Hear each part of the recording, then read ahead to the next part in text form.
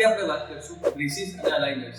આ બંને ટ્રીટમેન્ટ આપણા વાંકા ચૂકા દાંતને પ્રોપરલી અલાઇનમેન્ટમાં લાવવા અને સ્માઇલ સરસ કરવા માટે હોય છે. તો અલાઇનર્સમાં આપણે પહેલા 3D ઇન્ટ્રાઓરલ સ્કેનર દ્વારા સ્કેન કરવું પડે, પછી આખા મોઢાનો એક્સરે એટલે કે ઓપીજી લઈ એનો પ્રોસેસ ચાલુ થાય. એના પછી આખો પ્લાન આવી જાય છે, જેમાં તમારા અત્યારે દાંત આ રીતના છે ગેપિંગ વાળા, અને પછી at the end of the treatment કઈ રીતના પ્લાન થાય તમને અત્યારથી ખ્યાલ આવી જાય.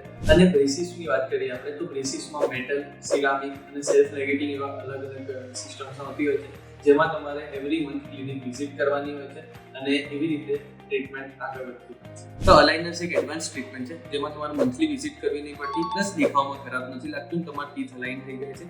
જ્યારે બ્રેસીસ ટ્રેડિશનલ મેથડ છે, જેમાં મંથલી વિઝિટ કરવી પડતી હોય છે, બટ એટ ધ એન્ડ બંને ટ્રીટમેન્ટનું કામ એક જ છે કે તમારા ટીથ સરસ રીતે અલાઇન થઈ જાય છે, તમારી સ્માઇલ સરસ થઈ જાય છે. So and result is the same. તો જો તમારે વાંકા ચૂકા દાંત હોય તો આજે જ કન્સલ્ટ કરો અને જાણો કે તમારા માટે અલાઇનર્સ વધારે સારા છે કે બ્રેસીસ.